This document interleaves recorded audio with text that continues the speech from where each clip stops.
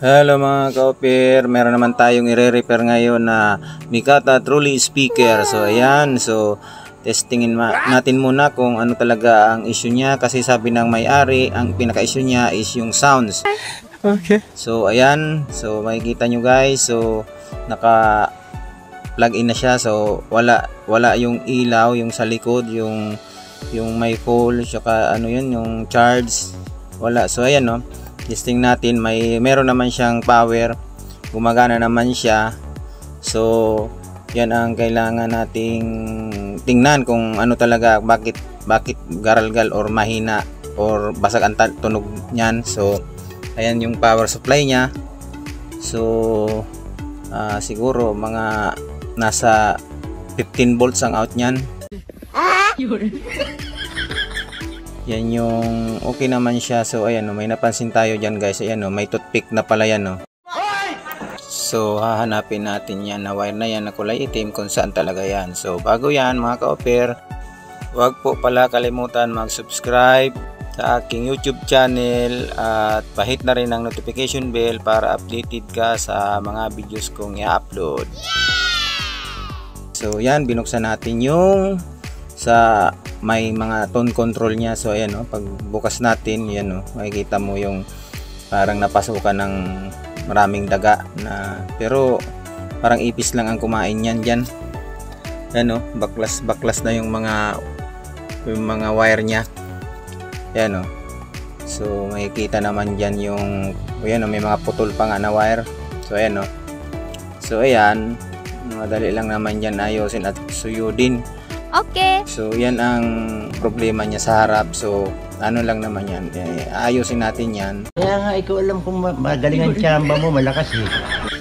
So salamat po pala kay Jamil Giblois sa pagkakatiwala ng kanyang unit. Salamat po sir. So yan, kapag naayos na yan, doon na tayo sa baba. So mag-ano lang naman yan, kanya mag-replace ng mga wire. Tapos papalitan natin yung mga putol-putol ng wire dyan. So ayan, balikan na natin sa baba. So ayan yung power supply niya. May nakita pala ako dyan na ayan o, putol na. Ay hindi pala putol, ano yung kalawang na. So ito ang pinakamalala. Sa pangalawang board niya, ayan o, yun makikita natin guys, ayan o, mga tuklap na siya. So ayan o, yung layout niya sunog na. So kinalawang talaga siya ng ano, yung kalawang niya hindi na yung parang ano, kulay brown, ano na siya, yung ang nakasira sa kanya yung parang umido na, nag-umido na yung layout niya. So makikita natin yan guys, yung mga pisa dyan kalawang na. So ayan o, ayan dyan no, yan madali lang naman ayusin yan, kukunti lang naman ang diferensya dyan. So chinik ko na dyan, wala naman problema. So kailangan lang natin alisin ang kalawang dyan. So ito ang may problema. Ayan o, yan tinuturo ko dyan na wala na pala ang isang pisa dyan, yung tawag dyan, yung kagaya niyan na isang diode na yan na ang diode niyan is Zener diode pala yan. So hanapan natin ng tamang Zener diode uli dyan. Kailangan natin lagyan uli ng Zener diode dyan. So ayan ang sa likod niya. So lilinisan din natin yan, babaklasin natin lahat ng pisa dyan. So ayan na, inisa-isa ko nang tanggalin yung mga parts para malinisan natin ang mga terminal niya, yung mga pinaghinangan. So yan o, yan yung sa headset para auxiliary yan. So ayan din yung sa ano, input. So putol na yung paa niya, dyan yan nakalagay. So ayan, nilinisan ko na lahat pala yan, nawala na lahat ng pyesa. So ang problema dyan, yung mga number ng pyesa niya sa kada location niya nagkawala na dahil yan sa kalawang.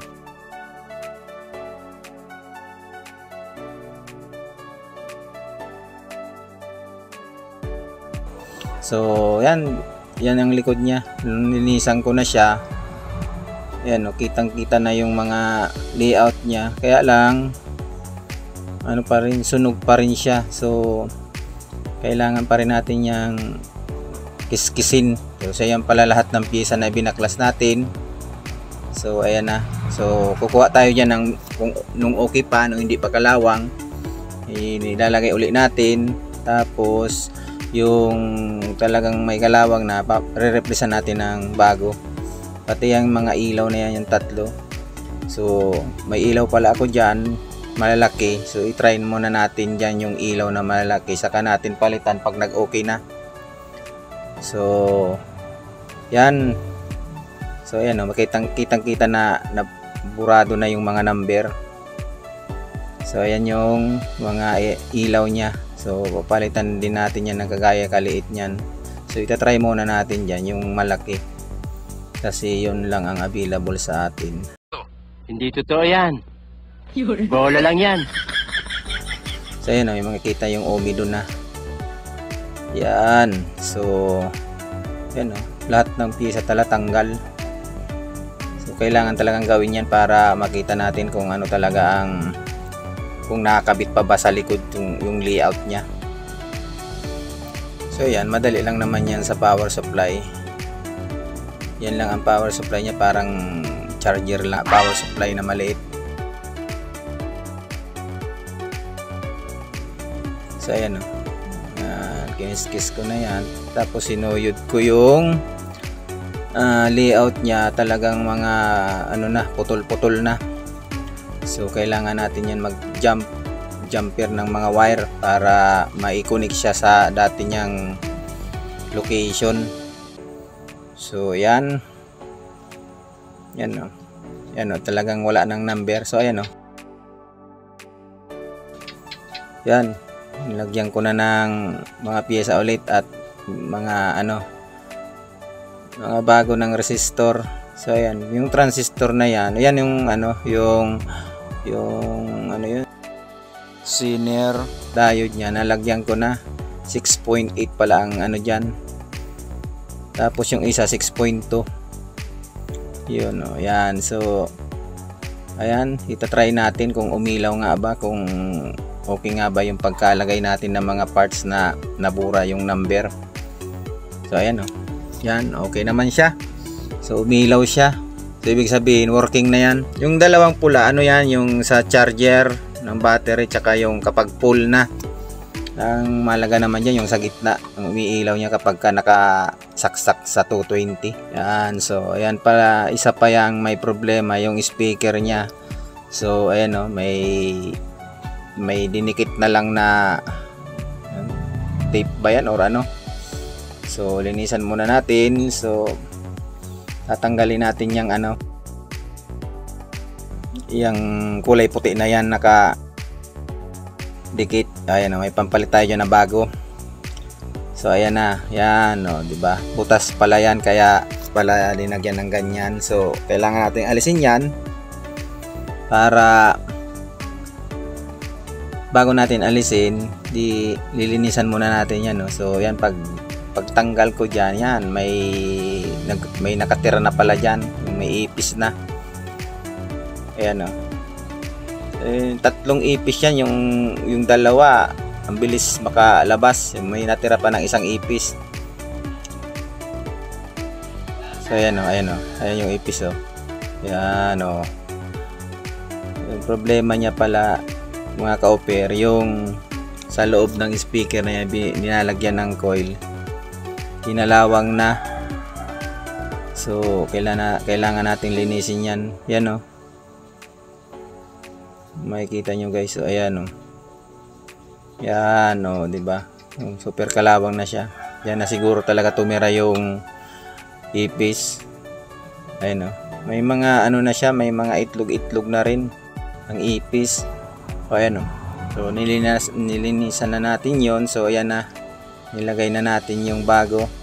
So nagano pala ako dyan, gumamit pala ako ng pang pump dyan para matanggal yung mga dumi na nakadikit, tsaka sa para walang sayad.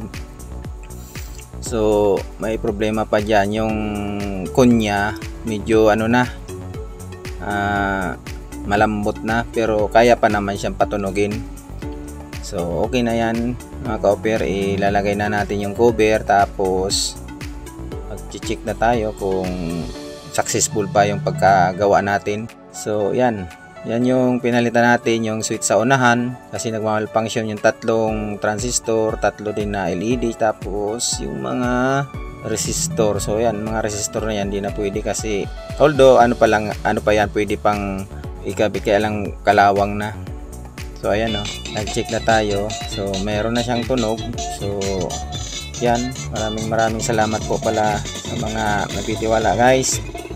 Sa muli po, salamat po ulit kay Jomel Diblois sa pagtitiwala. Hanggang dito na lang po aking video. Be blessed. Shalom.